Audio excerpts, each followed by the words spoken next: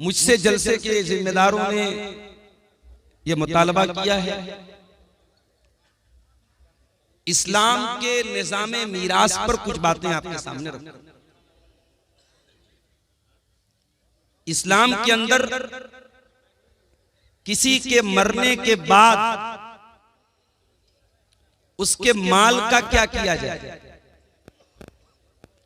इस्लाम के पहले क्या सिस्टम था, किसी के मरने के बाद उसकी जमीन जायदाद रुपया पैसा वो ले लेता था जिसके पास पावर होता था, ताकत होती थी। और जाहिर है जब पावर होता था तो औरत तो बेचारी कमजोर होती है,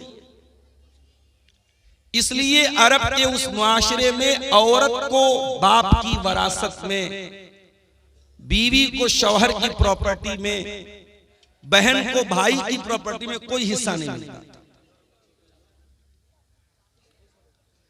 इस्लाम ने पूरा एक सिस्टम बनाया और आप अगर गूगल पे जाकर के टाइप करें इस्लामिक इनहेरिटेंस कैलकुलेटर, कई ऐप्स मौजूद हैं इंटरनेट में और आपको सिर्फ इतना डालना है मरने वाला अपने बाद किसको किसको छोड़ के गया। मान लीजिए मरने वाला मरा, उसकी मां जिंदा है, उसका बाप जिंदा है, उसकी बीवी जिंदा है, उसके 3 बेटे हैं, 6 बेटियां हैं। आपके सामने वो कैलकुलेटर ओपन होगा, आप डाल दीजिए पूरा एग्जैक्ट, बीवी को कितना मिलेगा, बेटे को कितना मिलेगा, बेटी को कितना मिलेगा, मां का कितना, बाप का कितना, पूरा एग्जैक्ट आपके सामने। और बड़ी अजीब बात यह है कि इस्लामिक इनहेरिटेंस या इस्लामी मीरास का जो ये निजाम है, ये पूरे कुरान की सिर्फ 3 आयतों के अंदर अल्लाह ताला ने इसको महसूर कर दिया है। कुरान की 3 आयतों में, सूरह निसा की 3 आयतों में अल्लाह ताला ने पूरे इस्लामी निजाम मीरास को बयान किया। इससे पहले कि मैं इस्लामी निजाम मीरास पर कुछ बात करूं, आइए पहले हम ये देखते हैं कि इस्लाम माल के ताल्लुक से क्या क्या है। भाई आज जितनी भी गड़बड़ी हो रही है वो क्यों हो रही है? क्योंकि इंसान माल से बेहद मोहब्बत करता है। इंसान को दौलत से बहुत प्यार है और दौलत से जब बहुत ज्यादा इंसान प्यार करता है तो वो भूल जाता है कि हलाल क्या और हराम क्या। अल्लाह ने फरमाया सूरह आल इमरान के अंदर, ज़ुय्यिना लिन्नासि हुब्बुश शहवाति मिनन निसा वल बनीना वल क़नातीरिल मुक़ंतरति मिनज़ ज़हबि वल फ़िद्दा वल ख़ैलिल मुसव्वमति वल अनआमि वल हर्थि। अल्लाह ताला ने 6 चीजों का नाम दिया। ओ लोगों, तुम्हारे लिए अल्लाह तबारक व तआला ने तुम्हारे दिलों के अंदर मोहब्बत डाल दी है। मिनन निसा, औरत की मोहब्बत डाल दी है। औरत की मोहब्बत, शादी हुई, इंसान अपनी बीवी से मोहब्बत करता है, बीवी की मोहब्बत डालता है। वल बनीन, और अल्लाह ताला ने औलाद की मोहब्बत भी तुम्हारे दिलों में डाल दी है। इंसान अपना नुकसान तो सह सकता है, अपने बच्चों का नुकसान नहीं सहता है। दुनिया में हर इंसान दूसरे इंसान को गिराना चाहेगा, हर इंसान दूसरे इंसान को अपने से कमतर देखना चाहेगा। दुनिया में इकलौता बाप है जो अपने बेटे को अपने से भी ऊंचा देखना चाहता है। वल बनीन, औलाद की मोहब्बत तुम्हारे दिलों के अंदर डाल दी गई। वल क़नातीरिल मुक़ंतरति मिनज़ ज़हबि वल फ़िद्दा, और ऐ मेरे बंदो, अल्लाह ताला ने सोने चांदी की मोहब्बत भी तुम्हारे दिलों के अंदर डाल दी है। रुपये पैसे की मोहब्बत, धन दौलत की मोहब्बत, सोने चांदी की मोहब्बत भी तुम्हारे दिल में डाल दी गई। उसके बाद फरमाया वल ख़ैलिल मुसव्वमति, और अल्लाह ताला ने उन घोड़ों की मोहब्बत भी तुम्हारे दिल के अंदर डाल दी है जो घोड़े बड़े उम्दा होते हैं, जो निशान ज़दा घोड़े होते हैं, जिन घोड़ों के ऊपर निशान लगाया जाता है। अरब में घोड़े की बड़ी वैल्यू थी, और घोड़े में भी जो घोड़ा निशान ज़दा घोड़ा होता था, जिस पर बाकायदा अलामत रहती थी, सिंबल रहता था, उस घोड़े को बड़ा ऊंचा माना जाता था। उस जमाने की सवारी घोड़ा था। आज की सवारी फॉर्च्यूनर है, आज की सवारी स्कॉर्पियो है, आज की सवारी बुलेट है। तो सवारी की मोहब्बत भी इंसान के दिल में डाली। वल अनाम, और अल्लाह ताला ने तुम्हारे दिलों के अंदर चौपायों की मोहब्बत, बैल बकरी गाय भैंस, जिन चौपायों को तुम पालते पोसते, उन चौपायों की मोहब्बत तुम्हारे दिल में डाल दी है। वल हरती, और अल्लाह ताला ने खेती बाड़ी करने वाले किसानों के दिल में उनकी खेती बाड़ी की मोहब्बत उनके दिल में डाल दी है। ये 6 चीजें हैं जिनकी मोहब्बत अल्लाह ताला ने नेचुरल रखी है। कोई अगर ये कहता है मुझे माल से प्यार नहीं है, कोई कहता है मुझे बीवी से मोहब्बत, औरत से मोहब्बत नहीं है, कोई कहता है औलाद से मोहब्बत नहीं है, झूठ बोलता है। ये नेचुरल चीजें हैं, इनकी मोहब्बत अल्लाह ताला ने प्राकृतिक रूप से नेचुरली हमारे दिल में डाल दी। लेकिन इन 6 चीजों का तस्करा करने के बाद अल्लाह क्या फरमाता है? ज़ालिका मताउल हयातिद दुनिया वल्लाहु इंदहु हुस्नुल माआब। मेरे बंदो, ये कहां से आवाज आ रही है बीच में? ज़ालिका मताउल हयातिद दुनिया, ये औरत की मोहब्बत, ये औलाद की मोहब्बत, ये सोना चांदी की मोहब्बत, ये घोड़े की मोहब्बत, ये चौपायों की मोहब्बत, ये खेती की मोहब्बत। ज़ालिका मताउल हयातिद दुनिया, ऐ मेरे बंदो, ये तो दुनिया के अंदर ही रह जाएगी। औलाद भी दुनिया के अंदर, माल भी दुनिया के अंदर, सोना चांदी भी दुनिया के अंदर, ये बैल बकरी गाय भी दुनिया के अंदर, ये खेती बाड़ी भी दुनिया के अंदर। वल्लाहु इंदहु हुस्नुल माआब, लेकिन जन्नत अगर चाहिए, अगर बेहतरीन ठिकाना चाहिए, अगर अल्लाह की अबदी नेमतें चाहिए, तो वो अल्लाह के पास मिलेंगी, वो आखिरत में मिलेंगी। क्या मतलब? मतलब इन 6 चीजों की मोहब्बत में पढ़कर अल्लाह को भूल मत जाना, आखिरत को भूल मत जाना। ये सारी चीजें यही रह जाएंगी, अल्लाह क्या काम देने वाली। इसीलिए अल्लाह के प्यारे नबी क्या फरमाते हैं? कयामत के पहले वो दौर भी आएगा जब लोग पैसा कमाने के चक्कर में अंधे हो जाएंगे। फरमाया याती अलन्नासी ज़मानुन ला युबालिल मर्उ मिन ऐन अखज़ल माल। वो जमाना भी मेरी उम्मत के लोगों तुम पर आने वाला है जब इंसान इस बात की परवाह नहीं करेगा माल कहां से कमा रहा है, हलाल तरीके से कमा रहा है या हराम तरीके से कमा रहा है। माल आना चाहिए, जुआ के जरिए आए, सट्टे के जरिए आए, सूद ब्याज के जरिए आए, समूह बैंक के जरिए लोन लेकर के आए, किसी का हक मार करके आए, पैसा आना चाहिए, दौलत आना चाहिए। अल्लाह के प्यारे नबी एक दूसरी हदीस में फरमाते हैं ले कुल्ले उम्मतिन फितनतुन व फितनतु उम्मती अलमाल। हर उम्मत का एक फितना होता है और मेरी उम्मत का फितना माल है। माल बहुत बड़ा फितना है और नबी ने पूरी उम्मत के लिए कहा है। इसमें उम्मत के उलमा भी आ गए, इसमें उम्मत के जाहिल लोग भी आ गए, उम्मत के हर तबके के लिए माल फितना है। माल आजमाइश है। माल कमाने के चक्कर में अगर इंसान अल्लाह से नहीं डरेगा हराम माल भी उसके घर में आ जाए। और आगे बढ़िए, माल आप कमा रहे हैं, अगर आप इस बात की परवाह नहीं करते माल कहां से आ रहा है और इस बात की भी परवाह नहीं करते कि माल कहां पे लुटा रहे हैं। कहीं ऐसा तो नहीं कि महबूबा के रिचार्ज पर अपना माल लुटा रहे हैं, कहीं ऐसा तो नहीं कि ज़िना के अड्डों पर माल लुटा रहे हैं, कहीं ऐसा तो नहीं कि शराब और ड्रग्स के ऊपर आपका माल बर्बाद हो रहा है। इस माल की कमाई का भी हिसाब देना है और इस माल की आमदनी का भी हिसाब देना है। मैं तो जॉब करता हूं, हर साल इनकम टैक्स भरता हूं।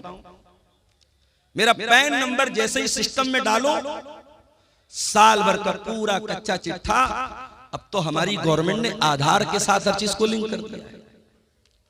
एक पैसा भी मेरे अकाउंट में कहां से आया, मेरे इनकम टैक्स का जैसे पेज खुलेगा सामने,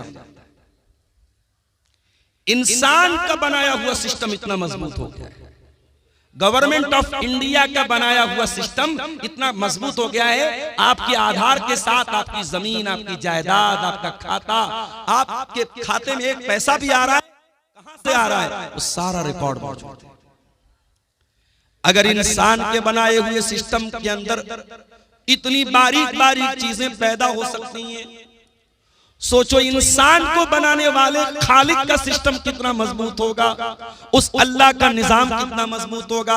अल्लाह के प्यारे नबी फरमाते हैं, तिरमिजी की रिवायत है, ला तज़ूलु कदमा इब्ने आदम मिन इंद रब्बिही यौमल क़ियामा, इंसान कयामत के दिन अपनी जगह से हिल नहीं पाएगा जब तक 5 सवालों का जवाब न दे दे। पहला सवाल, अन उम्रिही फीमा अफना, मेरे बंदे तूने अपनी जिंदगी को कहां गुजारा। दूसरा सवाल, वन शबाबिही फीमा अबला, तूने अपनी जवानी को कहां गुजारा। तीसरा सवाल, वन मालिही मिन ऐन इक्तसबहु, तूने माल कहां से कमाया, तेरी आमदनी का जरिया क्या था, तेरी इनकम का जरिया क्या था। व फीमा अनफका, और चौथा सवाल, तूने माल कहां पर खर्च किया, कहां पर लुटाया। और पांचवा सवाल, व माज़ा अमिला फीमा अलिमा, तूने जो इल्म हासिल किया उस इल्म के ऊपर तूने अमल कितना किया। ये 5 सवाल का जवाब आपको भी देना है, मुझको भी देना है, मौलाना साहब को भी देना है, आलिम को भी देना है, जाहिल को भी देना है, कटिहार शहर के रहने वाले को भी देना है, हसनगंज के देहात में रहने वाले को भी देना, हर इंसान माल कहां से कमाया, हिसाब देना है। इसलिए मेरे प्यारे साथियों, हमारी शरीयत में बार बार ताकीद की गई, हलाल कमाई खाओ। हमारी शरीयत ने हमको सिखाया, हलाल कमाई नहीं खाओगे तुम्हारा रोजा कबूल नहीं होगा, तुम्हारी नमाज कबूल नहीं होगी, तुम्हारी ज़कात कबूल नहीं होगी, तुम्हारा हज कबूल नहीं होगा। आइए वो हदीस भी आपको सुना देता हूं, सही मुस्लिम की रिवायत है। अल्लाह के प्यारे नबी फरमाते हैं, इन्नल्लाह तय्यिबुन ला यक़बलु इल्ला तय्यिबा, अल्लाह ताला पाक है और पाक ही को कबूल करता है। अल्लाह ताला नापाक चीज को कबूल नहीं करता है। तुम चोरी करो, तुम डाका डालो और गरीबों की मदद करते रहो, मदरसों की मदद करते रहो, मस्जिद की मदद करते रहो, अल्लाह को ऐसे चंदे की जरूरत नहीं, अल्लाह को ऐसे सदके की जरूरत नहीं। इन्नल्लाह तय्यिबुन ला यक़बलु इल्ला तय्यिबा, अल्लाह पाक है और पाक को ही कबूल करता है। उसके बाद अल्लाह के नबी फरमाते हैं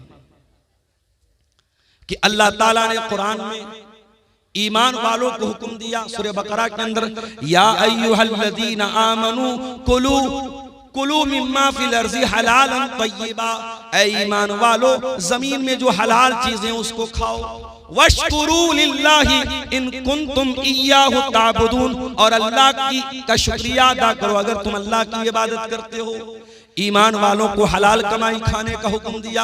और कुरान के 18वें पारे में अल्लाह ने अपने रसूलों से फरमाया, या अय्युहर रसूलु कुलू मिनत तय्यिबाति वअमलू सालिहा, ऐ मेरे रसूलो तुम नेक अमल करो और हलाल रोजी खाओ। पता ये चला कि जब तक हलाल रोजी नहीं खाओगे तुम्हारा अमल नेक नहीं हो सकता, तुम्हारे नेक अमल की कोई वैल्यू अल्लाह ताला क्या नहीं है। उसके बाद अल्लाह के नबी ने एक मिसाल दी। आपने फरमाया, एक आदमी बहुत लंबा सफर करके आता है, अशासा उसके बाल बिल्कुल मैले कुचैले हो जाते हैं। हम लोग भी सफर करते हैं, सफर बता देता है कि इंसान सफर से। रात में पटना में मैं शाम को 6 बजे पटना में था और रात 12 बजे किशनगंज में था। 100-120 की स्पीड से गाड़ी चल रही थी। कार से आदमी आ रहा, आराम से आ रहा है, मगर पहुंचने के बाद इंसान की बॉडी बता देती है सफर करके। अल्लाह के नबी फरमाते इतना लंबा सफर करके आया है, आशासा बाल परागंदाएं अगबरा, उसके कपड़े मैले कुचैले, उसके कपड़े देख करके पता चल रहा है बड़ा लंबा सफर करके आया है। यमुद्दु यदैहि, और अपने हाथों को उठा करके अल्लाह से दुआ करता है, देखो जब बंदा हाथ उठा के दुआ करता है तो अल्लाह ताला दुआ कबूल करता है। अब यहीं से ये मसला भी नोट कर लो कि दुआ के लिए हाथ उठाना ये दुआ के आदाब में से। अब बाज लोग कहते हैं साहब नमाज के बाद हाथ उठा के दुआ कर सकते हैं कि नहीं? अगर इंडिविजुअली कर रहे हो, अलग अलग कर रहे हो, कर सकते हो, लेकिन अगर इज्तिमाई हो रही है तब ये बिदअत है, इसकी गुंजाइश नहीं। आदमी अपने तौर पर अल्लाह से कुछ मांग रहा है, कोई मसला नहीं, मांग सकता है भाई। जरूरी तो नहीं कि नमाज में मैंने सब मांगा। मेरा बच्चा बीमार है, नमाज मैंने पढ़ ली, अब मैं हाथ उठा के दुआ करूं अल्लाह मेरे बच्चे को शिफा दे। कारोबार को लेके परेशान हूं, दुकान अच्छी नहीं चल रही है, रोजी रोटी अच्छी नहीं चल रही है, नमाज पढ़ लिया, तस्बीहात पढ़ ली, दुआएं पढ़ ली, अस्कार पढ़ लिया, अब हाथ उठा के दुआ कर रहा हूं अल्लाह मेरी दुकान को तू चला दे, मेरी रोजी को कुशादा कर। कोई हर्ज की बात नहीं, हाथ उठा के दुआ कभी भी कर सकते हैं, कोई हर्ज की बात नहीं। बल्कि हाथ उठा के जब बंदा दुआ करता है, अल्लाह के प्यारे नबी फरमाते हैं इन्नल्लाह हय्युन करीमुन, अल्लाह ताला हया वाला है, अल्लाह ताला करम वाला है। जब बंदा अल्लाह की बारगाह में हाथ उठा के दुआ करता है तो अल्लाह ताला को हया आती है कि बंदे को खाली हाथ कैसे लौटाए। अल्लाह बंदे को खाली हाथ नहीं लौटाता। दुआ के लिए हाथ उठाना ये दुआ के आदाब में से है। अल्लाह के रसूल कह रहे लंबा सफर करके आया है, बाल मैले कुचैले, कपड़े गंदे, और हाथ उठा के दुआ कर रहा है और कहता या रब्बी ऐ मेरे रब, या रब्बी ऐ मेरे रब। अल्लाह को रब कह के दुआ कर रहा है। ये भी मसला याद रखो, जब अल्लाह को रब कह के दुआ मांगी जाए तो दुआ जल्दी कबूल होती है। एक तो मुसाफिर है, मुसाफिर की दुआ जल्दी कबूल होती है। लंबा सफर करके आया है, मुसाफिर है, कपड़े मैले कुचैले हैं, हाथ उठा के दुआ कर रहा है, अल्लाह को रब कह के दुआ कर रहा है।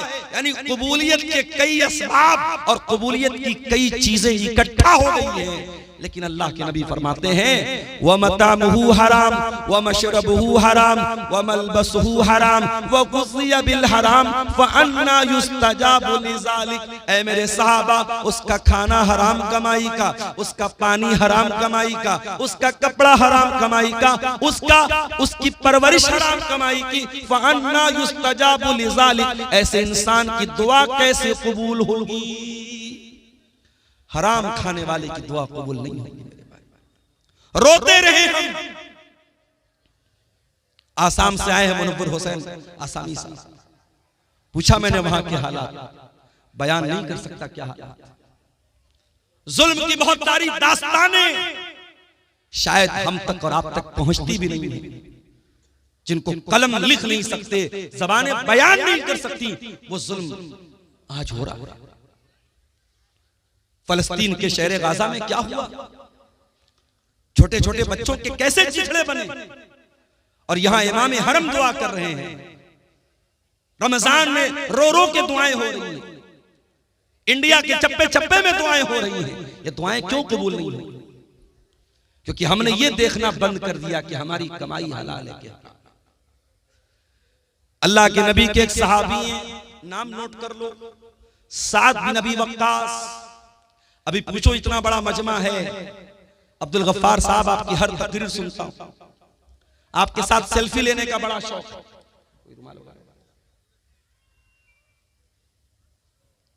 हर तकरीर सुनता हूं, हर जलसे में जाता हूं। अभी पूछ लूं कि वो 10 सहाबा कौन है जिनका नाम लेकर के अल्लाह के रसूल ने जन्नती कहा है, तो मुट्ठी भर लोग होंगे जो सही बता पाए, जबकि बच्चे बच्चे को पता होना चाहिए। 10 सहाबा जन्नती हैं।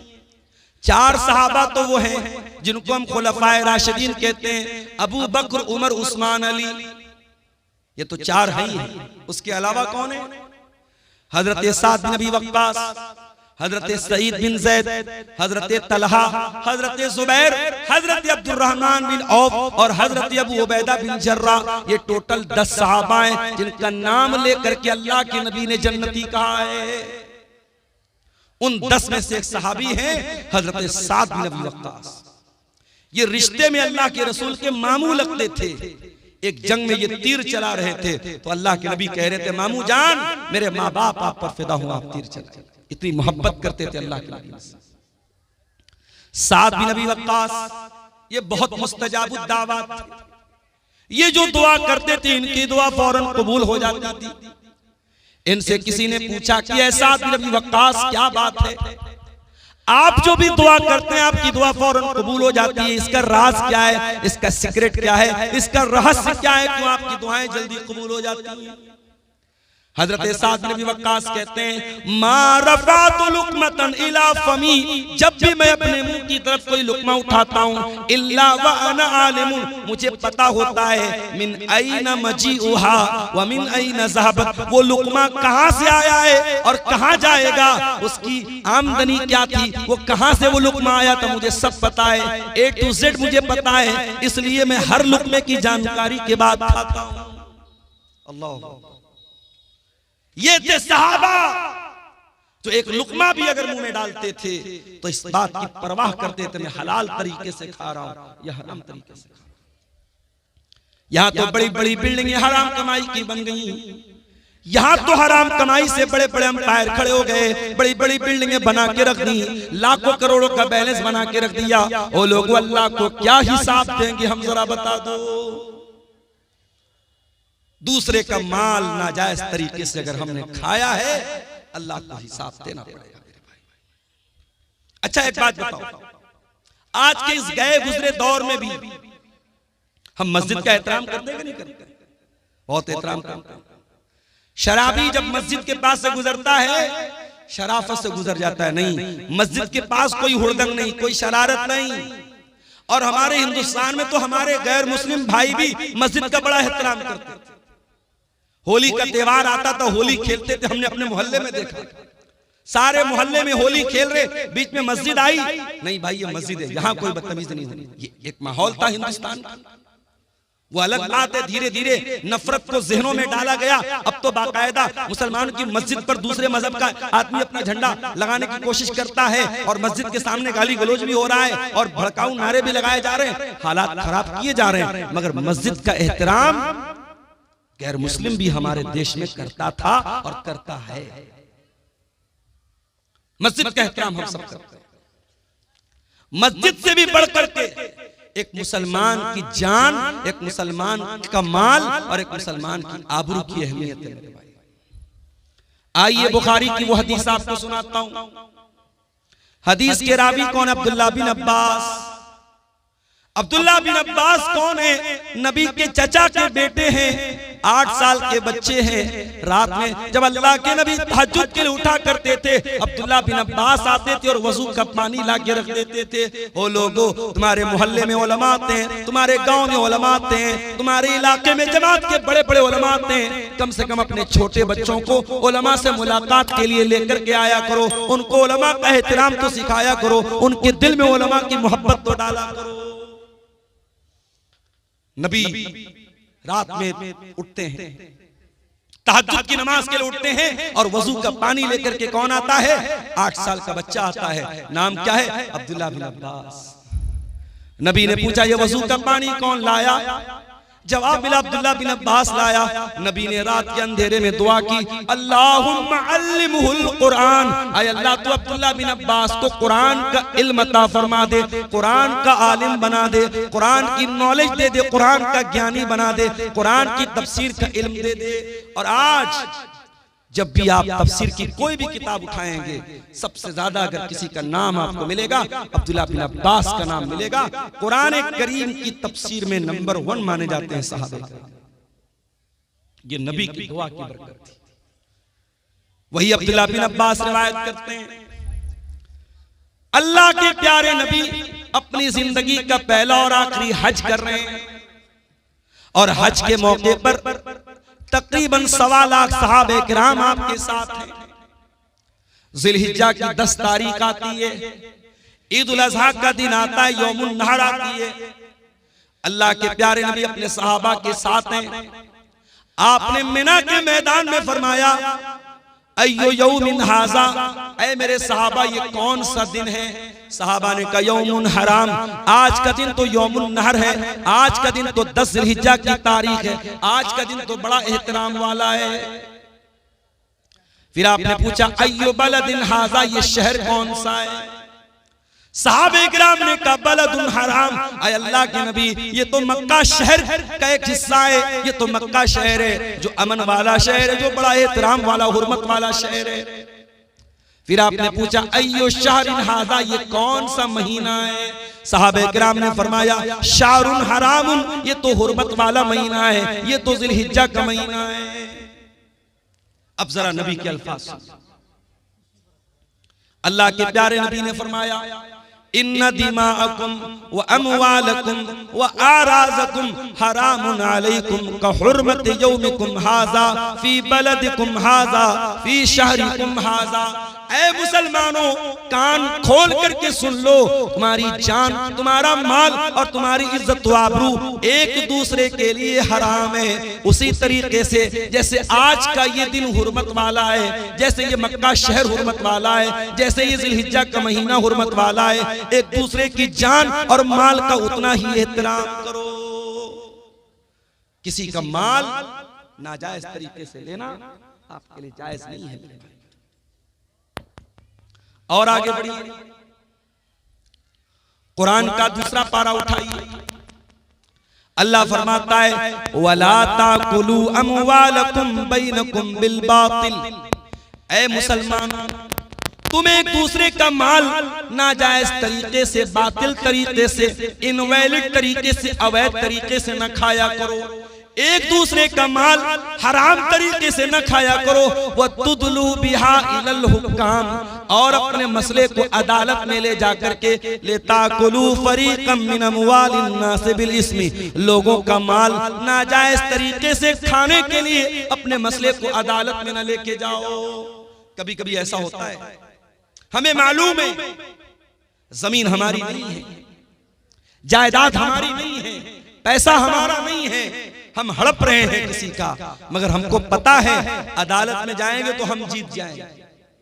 वो किसी ने अदालत की फुल फॉर्म बयान की है ना, आओ दावा करो, लड़ो और तबाह हो जाओ, बिल्कुल सही है। अभी उत्तर प्रदेश में मदरसे का मुकदमा चल रहा है, पता होगा। उत्तर प्रदेश में जितने सरकारी मदरसे थे, इलाहाबाद हाई कोर्ट का फैसला आया कि ये सारे मदरसे गैर कानूनी हैं, इनको बंद कर दिया जाए और इन मदरसे में पढ़ने वाले बच्चों को स्कूल में डाल दिया। अदालत को उन मदरसों में पढ़ने वाले 2 लाख बच्चों की तो चिंता थी, मगर उन मदरसों में पढ़ाने वाले 10,000 टीचरों की कोई चिंता नहीं थी। रमजान के महीने में यह फैसला आया, उत्तर प्रदेश के मदरसों में पढ़ाने वाले सरकारी टीचरों का जीना हराम हो गया। उनके हलक के नीचे खाना नहीं उतर रहा था। उसमें बेचारे ऐसे बूढ़े लोग भी थे जो रिटायरमेंट के करीब हैं। उसमें ऐसे लोग भी हैं कि उनकी तनख्वाह से पूरा परिवार चल रहा है, भाई बहन सबको खिला रहा है। अदालत का यह फैसला आया, सबके पैरों के नीचे की जमीन खसक गई।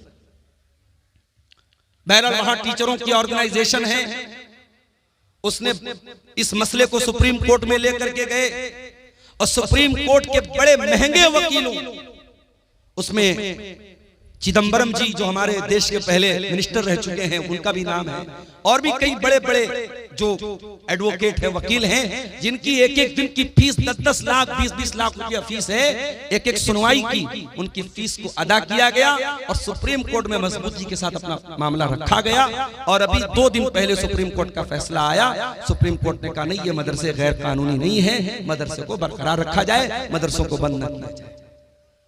बताना ये चाहता हूं कि सुप्रीम कोर्ट में एक केस लड़ने के लिए एक वकील को जो फीस देने की जरूरत पड़ती है, गरीब आदमी नहीं दे सकता। एक एक दिन की फीस 20-20, 25-25 लाख रुपया है, कोई नहीं दे सकता।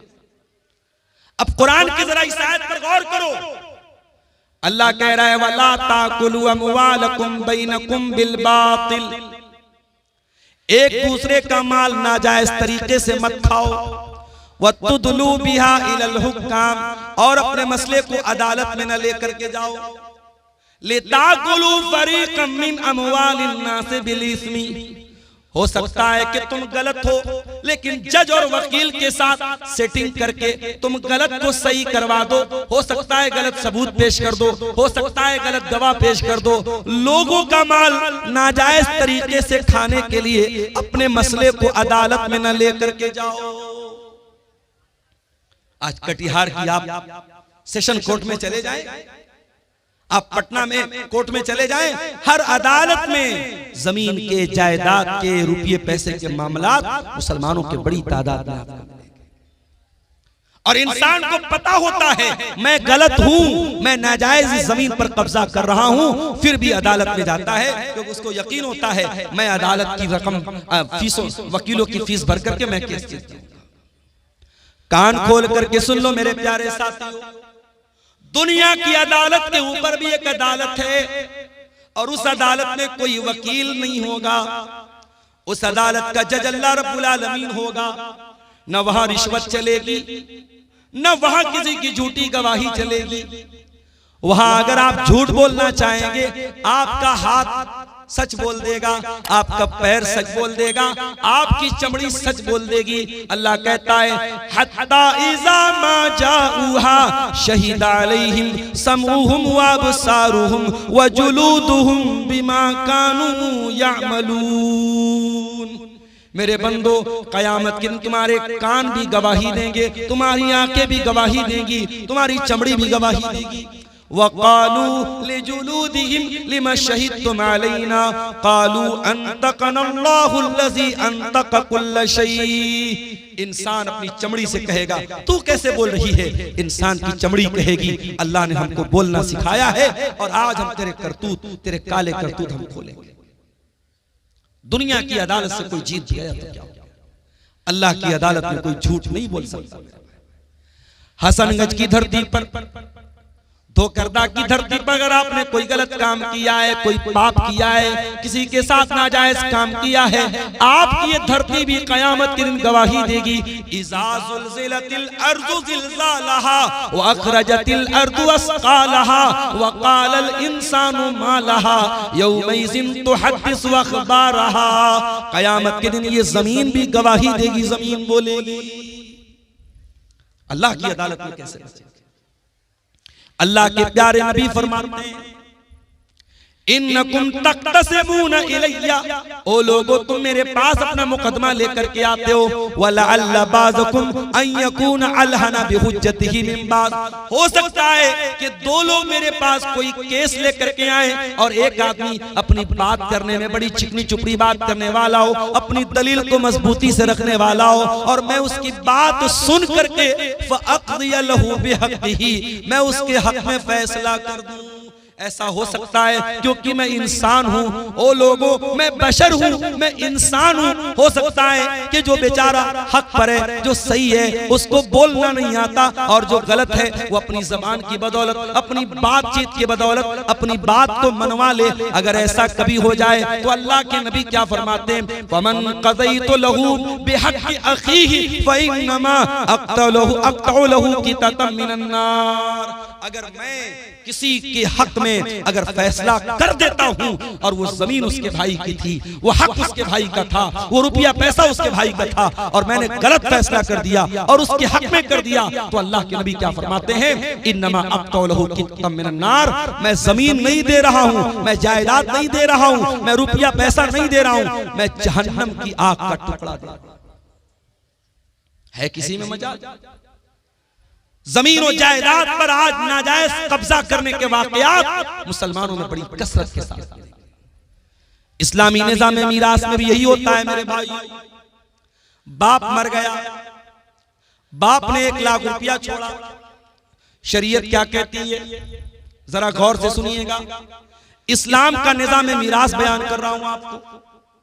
1 लाख रुपया बाप छोड़ करके मरा है, 1 लाख कैश छोड़ करके मरा, जमीन और जायदाद छोड़ करके मरा।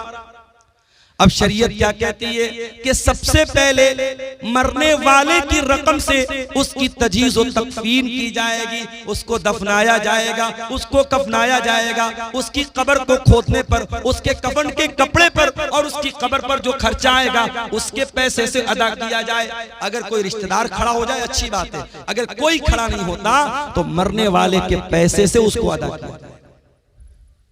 दूसरा काम, कफन दफन हो गया, मुर्दे को दफना भी दिया गया। अब दूसरा काम क्या करना है? अगर मरने वाले के ऊपर कोई कर्जा था, उस कर्जे को उसके पैसे से अदा किया जाएगा, उसके तरके से अदा किया जाएगा। कर्जा भी अदा हो गया।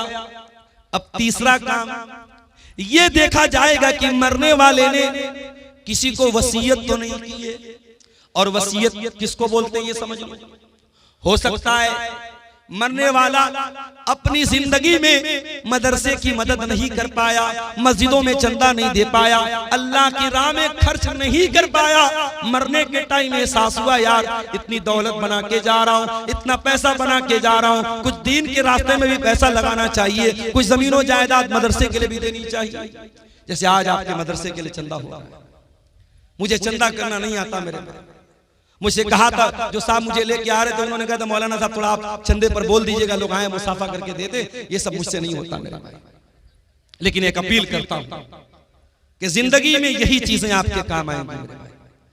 अब्दुल गफ्फार साहब की तकरीर सुनेंगे रात में चले जाएंगे, मौलाना जर्जी साहब की तकरीर सुनेंगे चले जाएंगे, मगर आपने इस मदरसे को जो चंदा दिया होगा वो कहीं ना कहीं आपके नामे आमाल में, आपकी नेकियों के अकाउंट में दर्ज हो जाएगा और कयामत के दिन भी वो आपके काम आएगा।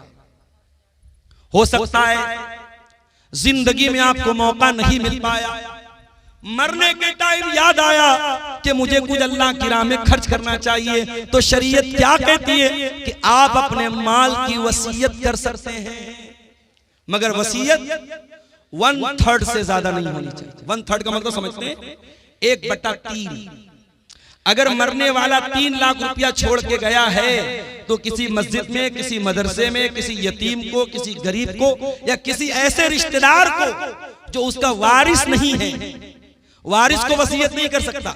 अपने बेटे को वसीयत करके जाए, बेटे को इतना दे दो, बेटी को इतना दे दो, उसका कोई एतबार नहीं। वारिस को वसीयत, बेटा तो वारिस है, बेटी तो वारिस है, बाप तो वारिस है, वारिस को वसीयत नहीं करेगा। वारिस के अलावा कोई रिश्तेदार है, मान लो किसी बच्चे को आपने गोद ले लिया, किसी बच्चे को आपने पाल लिया, परवरिश कर ली, अब जाहिर है आपने परवरिश तो की है, मगर वो आपका सगा बेटा नहीं है तो आपकी जायदाद का वारिस नहीं। अगर आपको लगता है कि इस बच्चे को मैंने पाला है और मेरे बाद इस बच्चे को जरूरत पड़ेगी रुपये की, पैसे की, जमीन की, जायदाद की, तो आप अपनी प्रॉपर्टी का, अपने तरके का 1/3, उससे ज्यादा नहीं, उससे कम तो कर सकते, उससे ज्यादा नहीं, 1/3 तक आप उसको वसीयत कर सकते। तो पहला काम क्या करेंगे? जनाजे की तैयारी। दूसरा काम कर्जे की अदायगी। तीसरा काम वसीयत को हम पूरा करेंगे। अगर मरने वाला 3 लाख रुपया छोड़ के गया और ये कह करके गया कि मैंने जिस बच्चे को गोद लिया था ये 3 लाख रुपया उसको दे दिया जाए, तो फतवा आप लेने जाएंगे, आप बिहार के किसी आलिम से ले ले, यूपी के किसी आलिम से ले ले, पूरी दुनिया के किसी आलिम से ले ले, तमाम उलमा का फतवा यही मिलेगा कि वसीयत गलत है और उसकी 3 लाख में से सिर्फ 1 लाख रुपया उस बच्चे को दिया जाएगा, 3 लाख पूरा नहीं दिया जाएगा।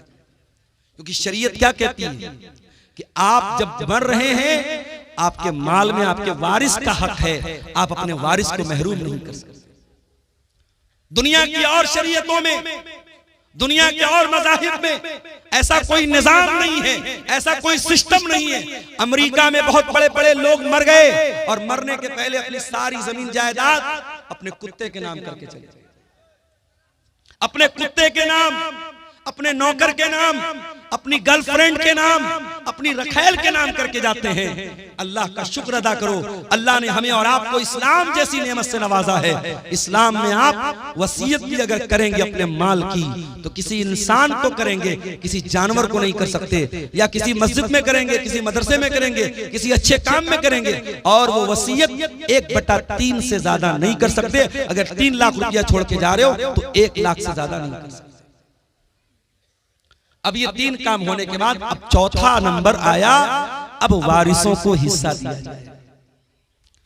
अब जब वारिसों को हिस्सा दिया जाएगा तो कुछ लोगों का हिस्सा तो अल्लाह ने बता दिया, माँ का इतना हिस्सा है, बाप का इतना हिस्सा है, शौहर का इतना हिस्सा है, भाई का इतना हिस्सा है। कुछ लोगों का हिस्सा तो अल्लाह ताला ने बता दिया है और कुछ लोगों का अल्लाह ताला ने हिस्सा नहीं बताया है। जो वारिसों को देने के बाद जो बचेगा वो उनके दरमियान बांट दिया जाएगा। जैसे बेटे और बेटी का हिस्सा अल्लाह ताला ने तय नहीं किया है। अगर बाप जिंदा है, अगर माँ जिंदा है तो बाप को 1/6 दिया जाएगा, माँ को 1/6 दिया जाएगा और माँ बाप को देने के बाद, और अगर मरने वाले की बीवी जिंदा है और औलाद मौजूद है तो बीवी को 8वां हिस्सा दिया जाएगा और औलाद अगर नहीं है तो बीवी को 1/4 दिया जाएगा। बीवी को देने के बाद, माँ बाप को देने के बाद अब जो बाकी बचेगा वो बेटे और बेटी को दिया जाएगा। अब बेटे को कितना मिलेगा, बेटी को कितना मिलेगा? कुरान कहता है लिज़्ज़करि मिस्लु हज़्ज़िल उन्सयैन, लड़के को लड़की का डबल मिलेगा, लड़के को लड़की का डबल मिलेगा। अब दुनिया में लोग इस पर बड़ा वावैला मचाते हैं, तो इस्लाम में बड़ी नाइंसाफी है, औरत के साथ बड़ा अन्याय हो रहा है। लड़के को डबल मिल रहा है, लड़की को आधा मिल रहा है। पहली बात तो ये है, इस्लाम अल्लाह का दीन है और अल्लाह के दीन में कभी नाइंसाफी नहीं हो सकती। अल्लाह तो अदल वाला है, अल्लाह तो आदिल है और अल्लाह का हर हुक्म अदल वाला है। अल्लाह को खूब पता है किसको कितना देना है। अल्लाह के कानून में कभी नाइंसाफी नहीं हो सकती। अगर अल्लाह ताला ने लड़का लड़की को बराबर दिया होता, अगर अल्लाह के कानून में बराबर का हुक्म होता तो ये लड़के के साथ नाइंसाफी हो जाती। क्यों? क्योंकि कमा के लाना तो लड़के को है, अपनी बहन को कमा के भाई देगा, अपनी बेटी को कमा करके बाप देगा, अपनी बीवी को कमा करके शौहर देगा। मर्द को तो हर हाल में कमाना है और औरत को कमाना नहीं, औरत को तो खाना है। औरत को कोई खिलाएगा और खिलाने वाला कौन है? मर्द है।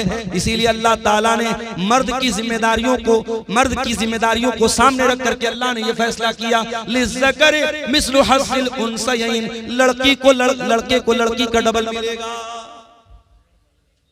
अब मान मरने वाले का एक लड़का है, 2 लड़की है और मरने वाला 2 लाख रुपया छोड़ के मारा, तो जाहिर है कि 2 लाख में से 1 लाख रुपया लड़के को मिल जाएगा और 50-50 हजार रुपया दोनों लड़कियों को मिल जाएगा।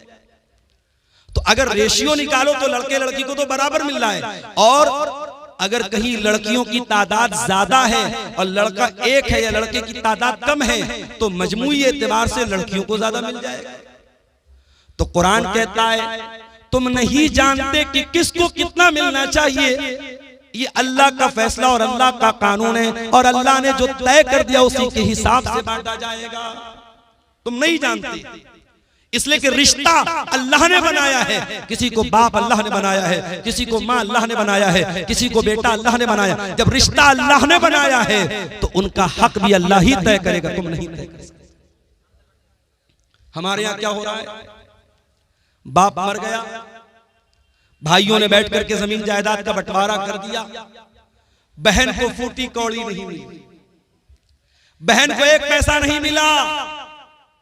बहन आई, भाई आपने बाप की जायदाद का बंटवारा किया, मुझे क्यों नहीं दिया? भाइयों ने धमकी दी। मैं शेरशाबादी माहौल नहीं जानता, मैं कटिहार का माहौल, मैं बनारस की बात कर रहा हूं, अपने माहौल की बात कर रहा हूं।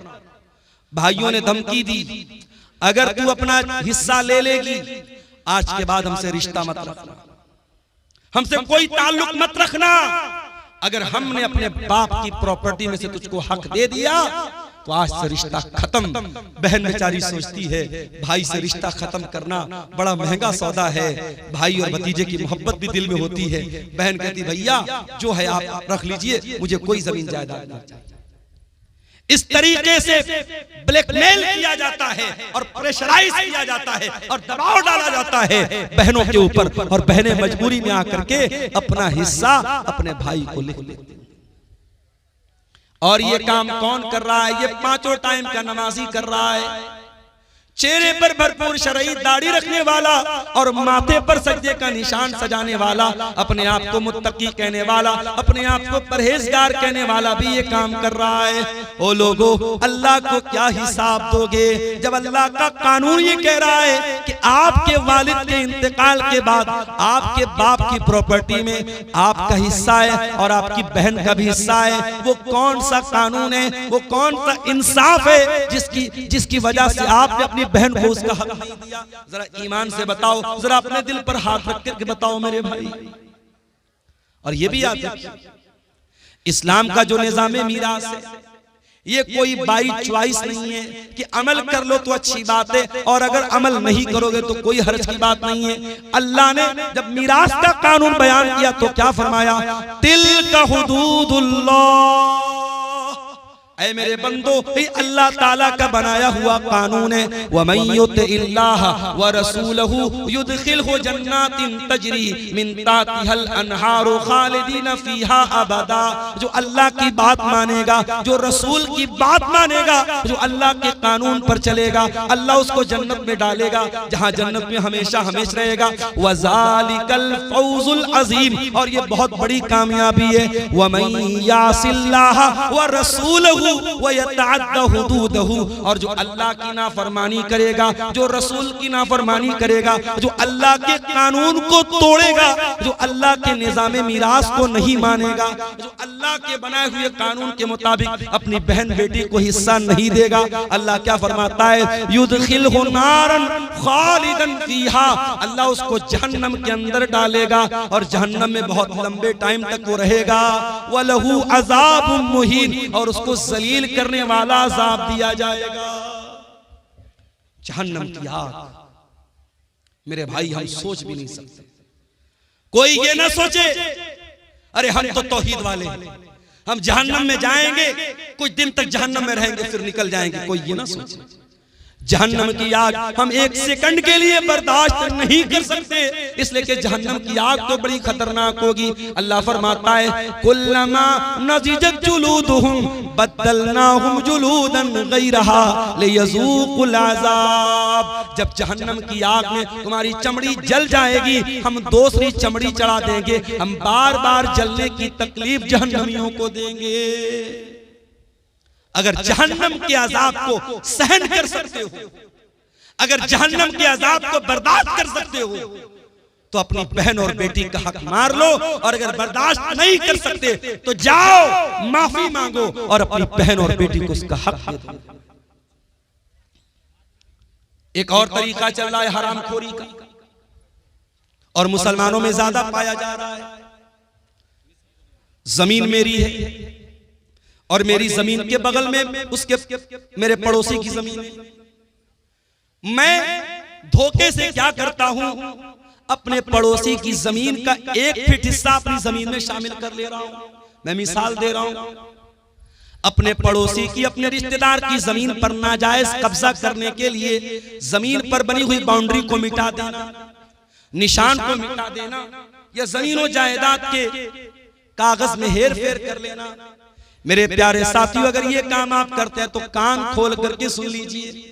अल्लाह के नबी फरमाते हैं लानल्लाहु मन गय्यरा मनारल अर्ज़ी, जो जमीन के निशान को बदल दे, जो जायदाद को हड़पने के लिए, जमीन को हड़पने के लिए जमीन के निशानात को बदल दे, उसके ऊपर अल्लाह की लानत बरसती है। अगर अल्लाह की लानत कि हम हकदार बनना चाहते हैं तो ये काम कर सकते हैं, वरना मेरे प्यारे साथियों ये बहुत ही खतरनाक काम।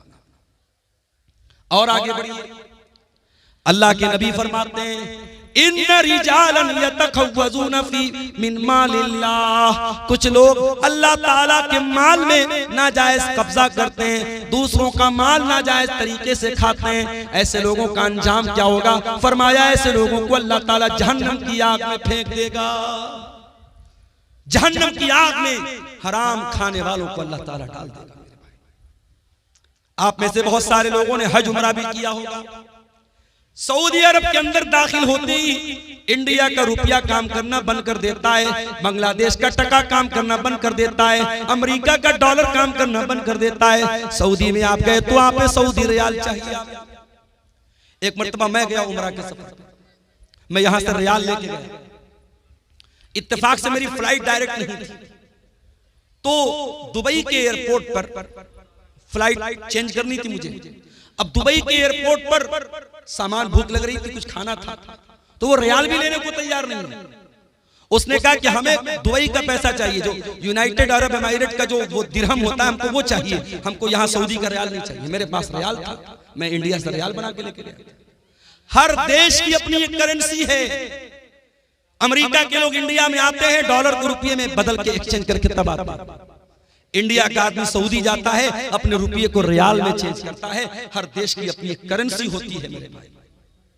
एक बात बताऊं आपको, कयामत के दिन करेंसी कौन सी चलेगी? किसी का माल हड़प लिया किसी ने, 1 लाख रुपया किसी का नाजायज कब्जा कर लिया। अब कयामत के दिन जिसका पैसा उसने मारा है, जिसका हक मारा है, उसने अल्लाह की अदालत में कहा, अल्लाह इसने मेरा 1 लाख रुपया नाजायज तरीके से लिया है।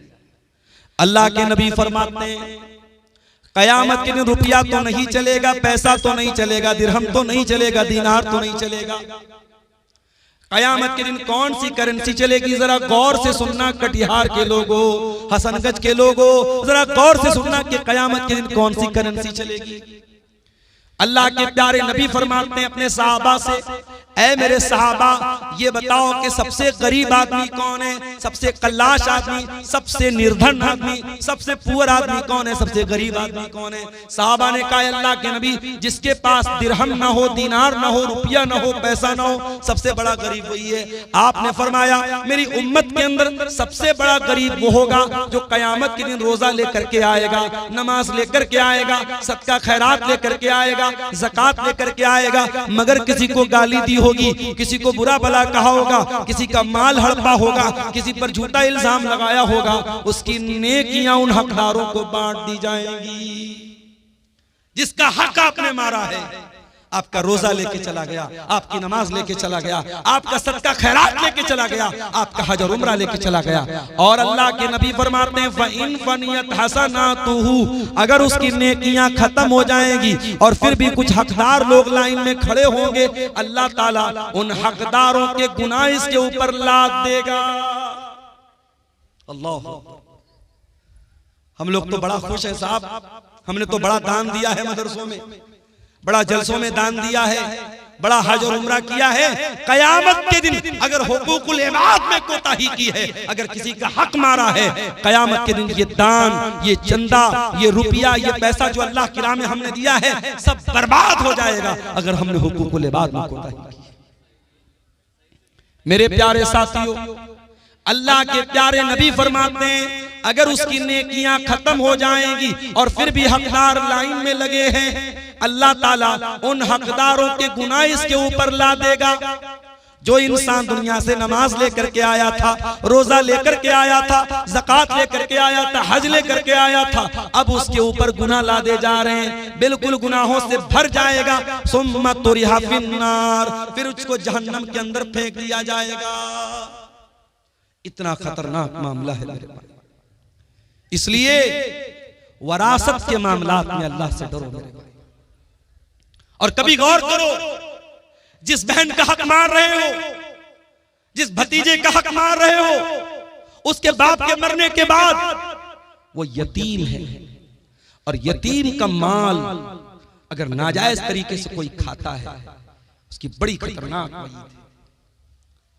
अल्लाह के प्यारे नबी, अल्लाह ताला कुरान में फरमाता है इन्नल्लज़ीना याकुलूना अमवालल यतामा ज़ुल्मन इन्नमा याकुलूना फी बुतूनिहिम नारा। जो लोग यतीम का माल नाजायज तरीके से खाते हैं, हराम तरीके से खाते हैं, एक तो हलाल तरीका है, अगर किसी यतीम की परवरिश आप कर रहे हैं और आप पैसे वाले नहीं हैं, आप उसकी परवरिश कर रहे हैं और उस परवरिश के बदले में उस यतीम का जो माल है उसमें से अपने हक भर का पैसा आप ले रहे हैं, तो उसकी गुंजाइश मौजूद है। लेकिन अगर नाजायज तरीके से यतीम का माल कोई खा रहा है, इन्नल्लज़ीना याकुलूना अमवालल यतामा ज़ुल्मा, जो यतीम का माल नाजायज तरीके से खा रहा है, इन्नमा याकुलूना फी बुतूनिहिम नारा, वो अपने पेट में जहन्नम की आग भर रहा है, अपने पेट में जहन्नम की आग। यतीम इस लायक नहीं है कि उसके ऊपर जुल्म किया जाए। बड़ा बेरहम है वो इंसान, बड़ा जानवर है वो इंसान जो किसी यतीम के हक को दबाए, जो किसी यतीम को मारे, जो किसी यतीम पर जुल्म करे। अल्लाह के प्यारे नबी तो यहां तक फरमाते हैं, अना वकाफिलुल यतीमी कहातैन, मैं और यतीम की परवरिश करने वाला जन्नत में इस तरीके से रहेंगे। आपने अपनी दोनों उंगलियों से इशारा करके फरमाया जैसे ये दोनों उंगलियां एक दूसरे के साथ मिली हुई हैं। ओ लोगों, यतीम की परवरिश करने वाला जन्नत में मेरे साथ रहेगा। आज इन मदरसों में यतीम बच्चे पढ़ते हैं, इन मदरसों में यतीम बच्चे पढ़ते हैं, और उन यतीम बच्चों पर अगर आप कोई माल खर्च करते हैं उससे डबल फायदा आपको मिलेगा। जो सवाब मिलेगा दान का चंदे का वो तो मिलेगा, अगर यतीम बच्चे के ऊपर आप माल खर्च कर रहे हैं तो कयामत के दिन अपने नबी के साथ रहने का मौका आपको मिलेगा। अल्लाह के नबी फरमाते हैं जो किसी यतीम की परवरिश में हिस्सा लेता है, अल्लाह के नबी फरमाते हैं कयामत के दिन वो जन्नत में मेरे साथ आएगा। मेरे प्यारे साथियों, किसी यतीम के माल को नाजायज तरीके से खाना जब हराम है, आपकी बहन भी आपके बाप के मरने के बाद यतीम हो गई, आपका भतीजा अपने बाप के मरने के बाद यतीम हो गया, उस भतीजे का, उस बहन का हक मारने के पहले सोच लो कि कल अगर तुम्हारे बच्चे यतीम हो गए तो उनका क्या होगा। उसकी जगह अपने आप को रख के सोचो, तुम्हारा इंतकाल हो जाए और तुम्हारे बच्चों के साथ कोई ना इंसाफी करे, तुम्हारे बच्चों का कोई हक मार ले, तो सोचो तुम्हें कैसा लगेगा। उसकी जगह अपने आप को रख के सोचो और किसी यतीम के माल को हड़पने की कोशिश। मेरे प्यारे साथियों, दुनिया में अगर किसी का हक हमने मारा होगा, कयामत के दिन हमको उसका बदला देना पड़ेगा। अल्लाह के प्यारे नबी फरमाते हैं लतवतुन्नल हुकूक इला अहलिहा, तुम दुनिया में लोगों का हक दे दो वरना कयामत के दिन तुमको देना पड़ेगा। हत्ता युकाद लिशातिल जलहाई मिनशातिल करना, कयामत के दिन अगर सींग वाली बकरी ने बगैर सींग वाली बकरी को मारा है तो उस बकरी से भी किसास लिया जाएगा, उस बकरी से भी बदला लिया जाएगा, जानवरों से भी हिसाब लिया जाएगा। अगर जानवरों से किसास लिया जाएगा तो हम और आप तो इंसान हैं मेरे भाइयों, हमें और आपको हिसाब देना पड़ेगा। इसलिए मेरे प्यारे साथियों, कुरान का 30वां पारा खोलो, अल्लाह फरमाता है वताकुलून तुरास अकलन लम्मा वतुहिब्बूनल माल हुब्बन जम्मा। ओ लोगो, तुम वरासत को डकार जाते हो, तुम मीरास को खा जाते हो और तुम माल से बहुत ज्यादा मोहब्बत करते हो। कल्ला इज़ा दुक्कतिल अर्ज़ु दक्कन दक्का वजा रब्बुका वल मलकु सफ़्फ़न सफ़्फ़ा वजीअ यौमइज़िन बिजहन्नम। ओ लोगो, जरा उस दिन को याद करो जिस दिन जमीन को टुकड़े टुकड़े कर दिया जाएगा, जमीन को रेजा रेजा कर दिया जाएगा और अल्लाह ताला अपने बंदों का फैसला करने के लिए आएगा और फरिश्ते भी लाइन लगा करके खड़े होंगे और जहन्नम को भी उस दिन लाया जाएगा। यौमइज़िन यतज़क्करुल इंसानु मा सा, और कयामत के दिन इंसान याद करेगा उसने दुनिया में क्या क्या किया है। जितने लोगों ने जमीनों को हड़पाए, जायदादों को हड़पाए, लोगों का हक मारा है, कोई एक आदमी बता दो जो मरने के बाद अपनी जमीन को लेकर के गया हो, अपनी जायदाद को लेकर के गया हो, अपने रुपये पैसे को लेकर के गया हो, सब ठाट पड़ा रह जाएगा जब लाद चलेगा बंजारा। सब यही छोड़ के जाना है मेरे प्यारे भाइयों, इसी कब्र की 2 गज जमीन में हमको दफन हो जाना है। दुनिया की चंद रोजा जिंदगी के लिए अपनी आखिरत को दांव पे न लगाओ, अपनी आखिरत को खतरे में न डालो मेरे भाइयों। लोगों का हक दुनिया में दे दिया करो। अल्लाह के प्यारे नबी ने इतनी खतरनाक वईद फरमाई। आपने फरमाया अपने इंतकाल के कुछ पहले आपने फरमाया अस्सलाता सलाता वमा मलकत ईमानुकुम। ओ लोगों, तुम नमाज की पाबंदी करना और अपने गुलामों और अपने लौंडियों के साथ तुम अच्छा सलूक करना, उनके साथ हक तलफी मत करना। इस्लाम वो दीन है कि समाज का वो तबका जो मजदूरों का तबका है, जो गुलामों का तबका है, जो लौंडियों का तबका है, जिसको दुनिया में हकीर माना जाता है, अल्लाह के प्यारे नबी अपने इंतकाल के पहले दुनिया को वसीयत करके जा रहे हैं, उस गुलाम और लौंडी का भी हक आपको नहीं माना। हजरत अबू ज़र ग़िफ़ारी ने अपने गुलाम को बुरा भला कह दिया, उसकी माँ का नाम लेके कुछ आर दिला दी, कुछ बुरा भला कह दिया। अल्लाह के प्यारे नबी को बहुत गुस्सा आया। आपने फरमाया, ऐ अबू ज़र, आज तुमने इतना खतरनाक काम किया है कि ये तो दौरे जाहिलियत का काम है। ये तो वो इंसान ये काम करेगा जिसके अंदर दौरे जाहिलियत का कोई हिस्सा रह गया हो। आपने कहा कि ये नौकर चाकर, ये काम करने वाले, ये भी तुम्हारे भाई हैं। जो खाओ उनको खिलाओ, जो पहनो उनको पहनाओ। इस्लाम तो वो मजहब है जो गुलामों का, नौकरों का भी हक हमें बताता है। दुनिया में लोग मजदूर दिवस मनाते हैं, बड़ी बड़ी तंजीमें बनी हैं, एसोसिएशन बनी है मजदूरों के हुकूक के लिए। 1400 साल पहले मोहम्मद अकरम सल्लल्लाहु अलैहि वसल्लम ने मजदूरों के हक की लड़ाई लड़ी है। मजदूरों को उनका हक दिया है आपने। अल्लाह के प्यारे नबी फरमाते हैं, आतुल अजीर हक़्क़हु क़ब्ल अन यजिफ़ अरक़हु, मजदूर का पसीना सूखने के पहले उसकी मजदूरी दे दो। मेरे प्यारे साथियों, इस्लाम तो वो प्यारा दीन है जो हर हकदार को उसका हक टाइम पर देने की तालीम देता है। इसलिए अगर किसी के बाप का इंतकाल हो चुका है तो देर न करे, अपने भाइयों को इकट्ठा करे, बहनों को इकट्ठा करे, मुफ्ती साहब को बुला ले। बाप जो जमीन छोड़ के गए, जो जायदाद छोड़ के गए, जो सोना चांदी छोड़ के गए, जो खेत खलियान छोड़ के गए, सबका कैलकुलेशन करके हिसाब कर ले और जिसका जो हक है वो उसको दे दे। मेरे भाई, दुनिया में चंद दिनों की परेशानी सह लो, ये इससे बेहतर है कि हमें आखिरत में अल्लाह के अजाब को सहना पड़े।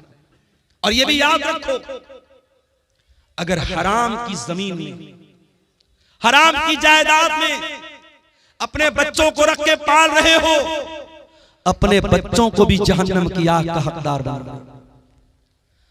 हम ये समझ रहे हैं साहब हम हराम का पैसा कमा रहे हैं, हमारे घर में पैसा आ रहा है, हमारे बच्चे चैन की जिंदगी गुजार रहे हैं, हमारी फैमिली चैन की जिंदगी गुजार। गलत है ये। अगर पैसा हराम का आ रहा है और आपके बच्चे ऐश कर रहे हैं, आपकी बीवी ऐश कर रही है, वो हराम की कमाई आपके घर की बरकत को खत्म कर रही है। अल्लाह के प्यारे नबी फरमाते हैं, जो जिस्म हराम कमाई से परवरिश पाता है फन्नारु औला बिही, वो जिस्म जहन्नम की आग में जलेगा। क्या हम चाहेंगे हमारे बच्चे जहन्नम की आग में जले? हम कभी नहीं चाहेंगे। ये चंद सवालात आए हैं, देख लेते हैं इसको। और आखिर में बार बार पीछे से डिमांड आ रही है